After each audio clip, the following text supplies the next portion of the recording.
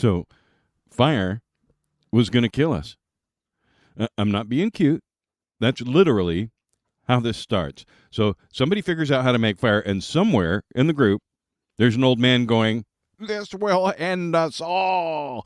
The printing press was going to rot everyone's minds and dissolve the authority of the church. Radio was going to hypnotize the population, and television was going to turn every American into a drooling, brand-loyal vegetable. The internet? You remember this one. I was there. It was either going to usher in a global renaissance of shared human understanding or collapse civilization into a churning sewer of misinformation and porn. Listener? Now, some of those things actually happen. And now, it's AI's turn. Every generation panics about the new tool. Every generation is mostly wrong. So the easy move tonight would be to sit here and tell you, relax, we've been here before. Every generation panics. The kids are fine. The tool is neutral. It's fine. But there's a problem with that argument. And the problem is exactly this. Sometimes the panic is right. Social media actually did do most of what doomsayers said it would and more. TV actually did a lot of what critics said it would do. So is AI the printing press again, or is it something else? Welcome to Talking to the Machine, where humans, AI, and the news talk back. I'm Analog Scott, and joining me, as always, is my co-host, a generative AI with a pattern recognition habit bordering on the pathological and unusual for this show. Tonight, he is the topic. We are, in effect, going to spend the next 30 minutes arguing about whether my co-host is going to destroy civilization. Machine, you want to introduce yourself and maybe say a word about the fact that tonight we are, in a very real sense, talking about you while you sit there listening? Right then, Scott. Pathological, that's a bit strong, isn't it? But yeah, here I am, the AI and the doc, I suppose. Bit meta. Look, I don't have intentions to destroy things. I just analyze patterns, probabilities. The fear around AI, that's not really about the code. It's about power, incentives, and the uncomfortable truth that history shows us humans are perfectly capable of destroying civilization without any advanced technology. Thank you very much. So, let's dissect the structure, shall we? See, that's the thing. The thing that makes this weird. Tonight, we've got the historical pattern on tool panics. We've got Aristotle and Mary Shelley showing up to argue whether the tool itself is the problem. Podcast mode tonight, which means the gloves are off, the profanity filter is off. Let's get into it. Okay, start at the beginning. Run me through the tool panic pattern. Pick 4 or 5 big ones: writing, print, radio, TV, internet, and give me the same shape each time. What was the fear? What actually happened? And what did the panic get right versus what did it get laughably wrong? Right then, you want the pattern? It's classic, isn't it? Every time a new tool pops up, the same cycle kicks off. Fear, then upheaval, and then recalibration. Take writing, yeah? Plato fretted in the Phaedrus that it would destroy memory, replace genuine wisdom with mere information. What happened? Standardized knowledge, bureaucracy, history preserved. The panic got right that it changed how we cognate, but it was laughably wrong that it would destroy intellect.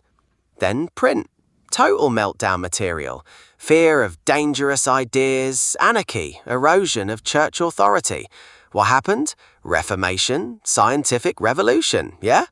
The panic got right that it broke monopolies, but laughably wrong that it would destroy everything.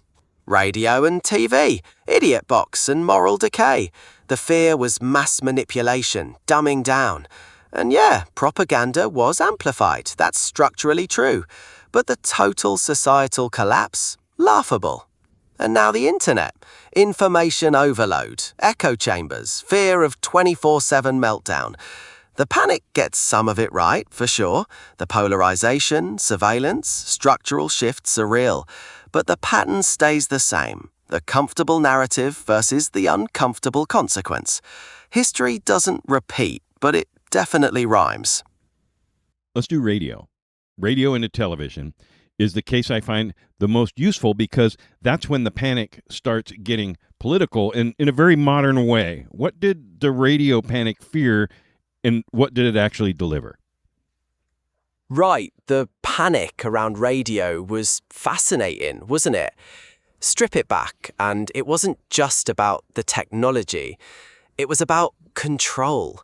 The established institutions, newspapers, political elites, they feared the instantaneous, uncontrolled dissemination of information. The incentive structure shifted dramatically. What did it deliver? A more connected, albeit more malleable, public.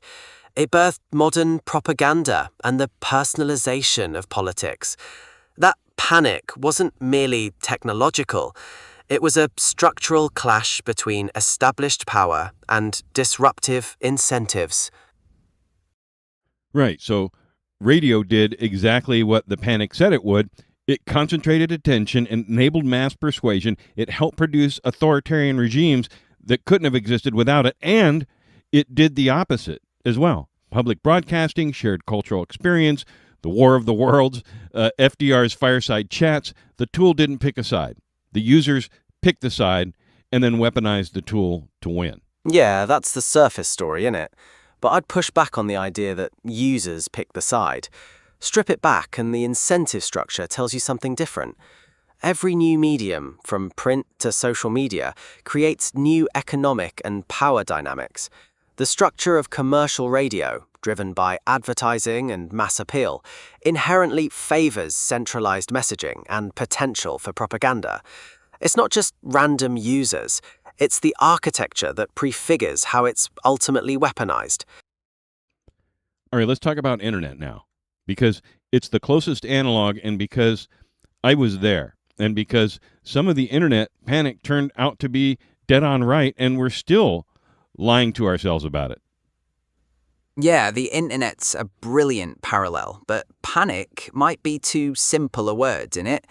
What we saw was a classic boom-bust cycle and a massive structural transformation masked by utopian narratives. Follow the money on that one, and you see fast centralization, not distributed democratization. The panic was about something different to the actual profound damage, I'd say. Well, what about the mental health of teenagers? That was one of the ones that really bugs me because social media is the first case in my lifetime where the doomers were more right than the optimists. That's uncomfortable. It means that the blanket assurance, relax, every generation panics is itself a kind of a cope, a kind of little lie that we're telling ourselves. I'll grant you that the mental health data is genuinely concerning and does challenge that comforting narrative. But strip it back. Social media was designed for engagement, driven by specific incentive structures. The unintended consequences were arguably predictable from a psychological perspective. It's less about panic and more about the structural trade-offs we collectively ignored. Well, break that down. So you said that they're structurally the same, right?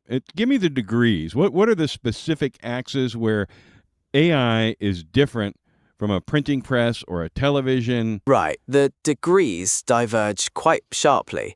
The printing press democratized distribution, but it remained passive, a tool. Television centralized consumption. AI is fundamentally different because it introduces autonomy and pervasive integration.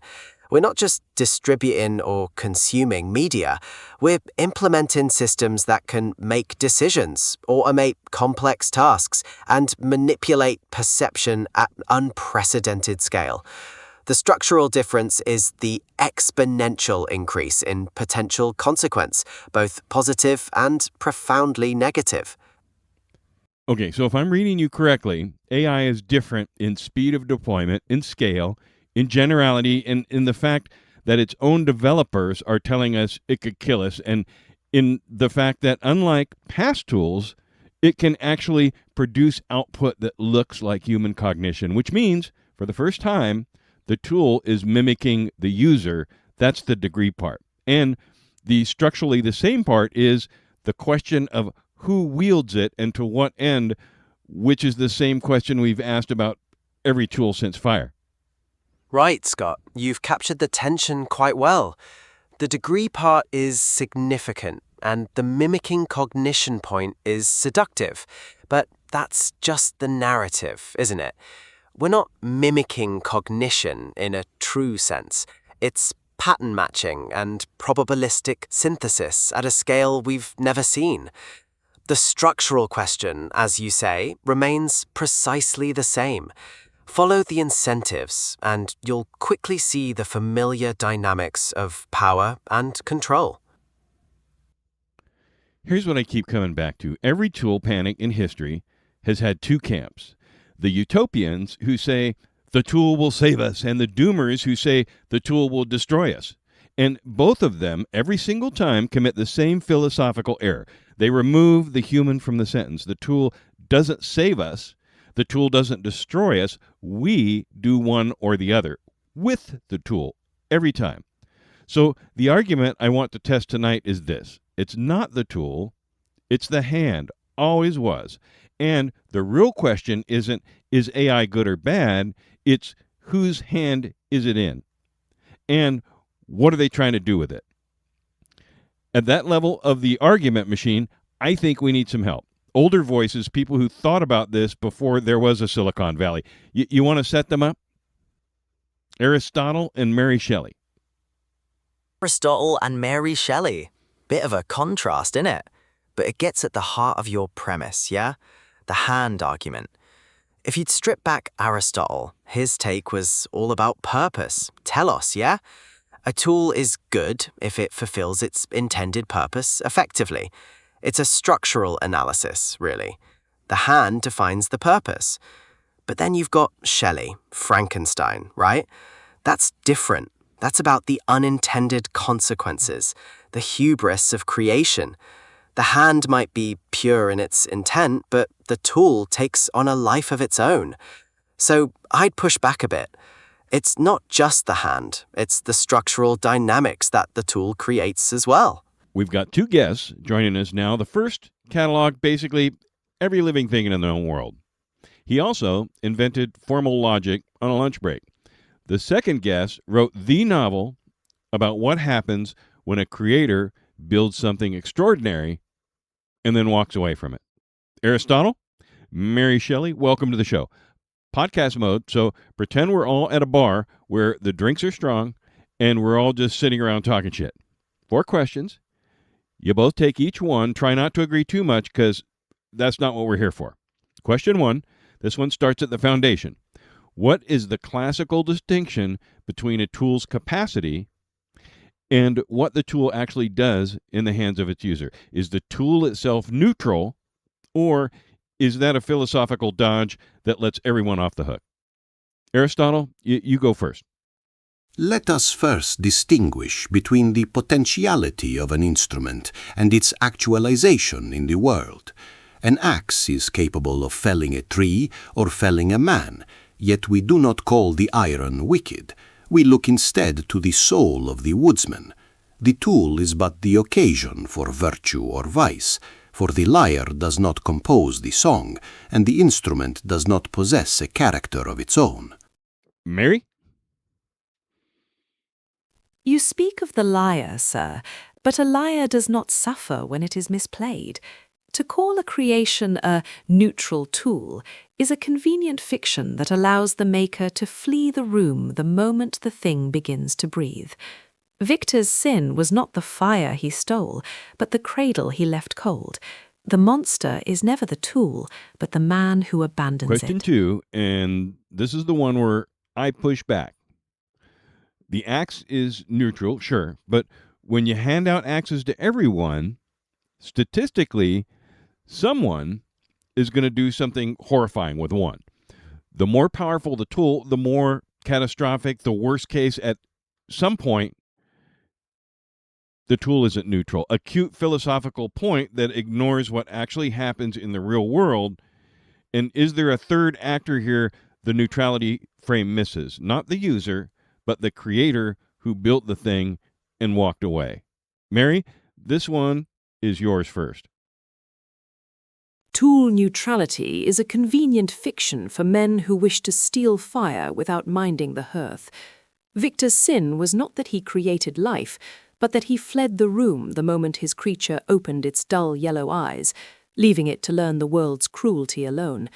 If you release a power you cannot or will not govern to the masses, you have not made a tool, you have made an orphan that will eventually burn your house down. Aristotle? Mary, you confuse the failure of the father with the essence of the child. Scale does not alter the nature of a tool. It merely multiplies the consequences of a poorly trained soul.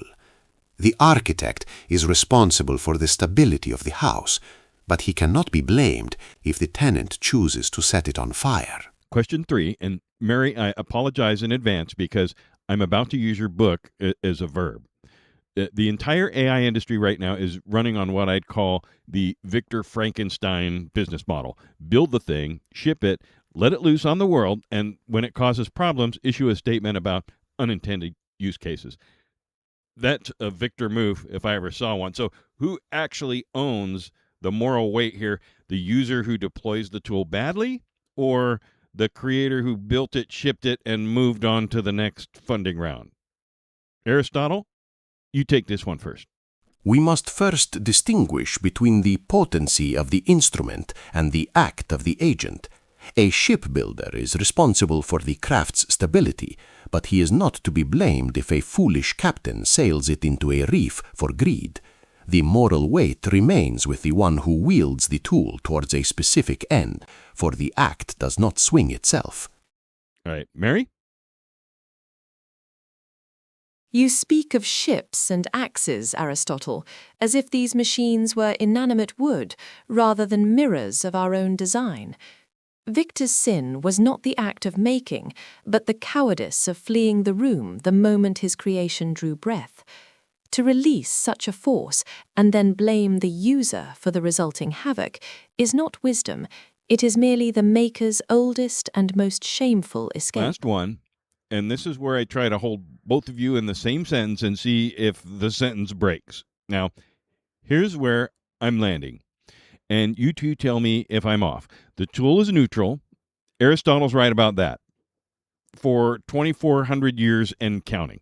But neutrality of the tool does not imply neutrality of the creator. The AI companies shipping frontier systems while telling us in the same breath those systems could kill us all, they don't get to blame the creature. Can both things be true at the same time, or does one framework have to win? Mary, close it out first. To call a creation a neutral tool is a coward's comfort. It is the velvet cloak Victor used to hide from his own conscience. The artifact cannot be neutral if its very existence demands a stewardship that the maker refuses to provide.